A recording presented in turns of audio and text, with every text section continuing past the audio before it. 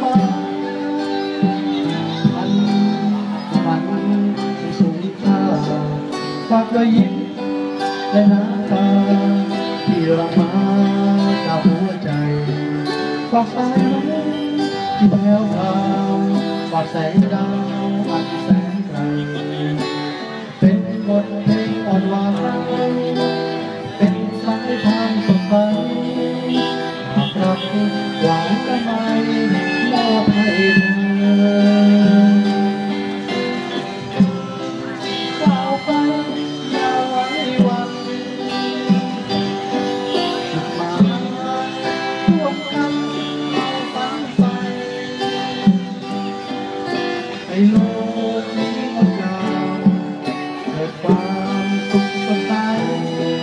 ที่เรายิ้มความเข้าใจให้ทุกคนทุกความฝันอันยิ่งใหญ่ให้ดวงใจทุกไปรักให้ผู้ทั่วจะไปล้วนเลยมายาโลกสวยด้วยน้ำใจว่าไอเราขึ้นมาคืนนี้ขาดหนาวร่วมทิ้งดาวฟ้าจากรักจากศรัทธาของเรา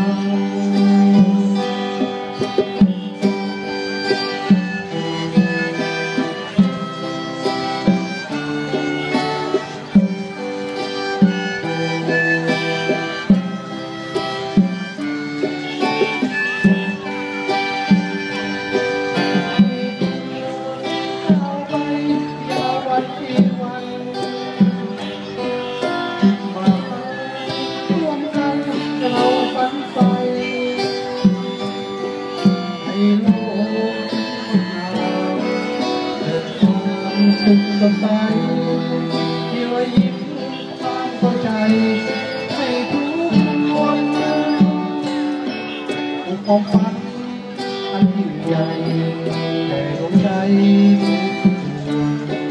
จุดไฟรักให้ทั่วเราไปลวงเรื่อยมายาโลกสวยด้วยน้ำใจเป็นรักใหม่เราขึ้นมามาเวลาดวงดาวบนฟ้า